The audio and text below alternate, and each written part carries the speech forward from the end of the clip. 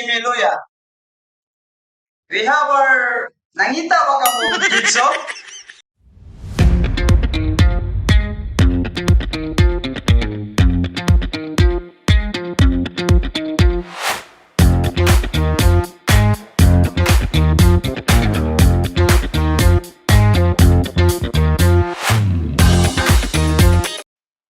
Para ato na kayo kini siya. So what is jigsaw? Jigsaw is a saw which uses a reciprocating blade to cut irregular curve, such as stencils, designs in wood, metals, or other materials. Jigsaw first emerged in the 19th century and employed a treadle to create the blade, which was thin and under tension being secured on both ends to an oscillating frame. Now, mga kasimiluya, natay quick specification sa ito ang product. Charging time niya is 1 hour. Battery type is Li-ion.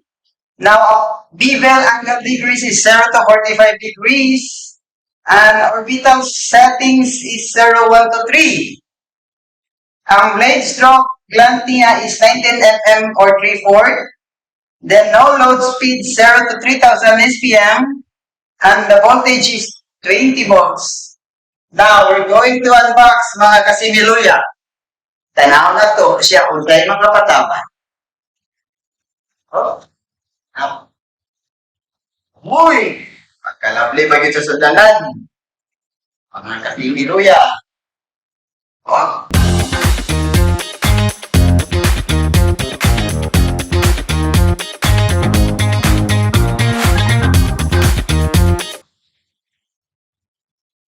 Gabay lang.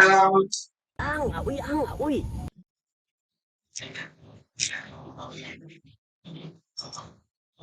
Here we go. Oh. Nasatay. Kamu ni siya. Tanaw na to siya. Naman ito. I think it's a battery charger mga kasimiluya. Gawi. Take this case now. Battery, kasimiluya. And the one with patapan niya, balance niya, kasimiluya. And nara. Ato, before the jigsaw mga kasimiluya.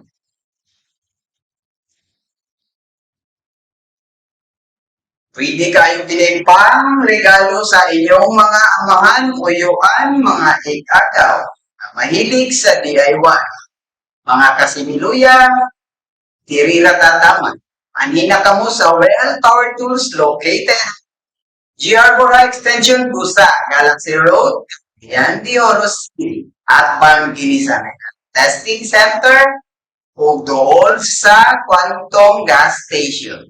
Thank you, mayroon to mga kasimiluya. Ayaw na mo, pagtuha-tuha, may manifestura kita.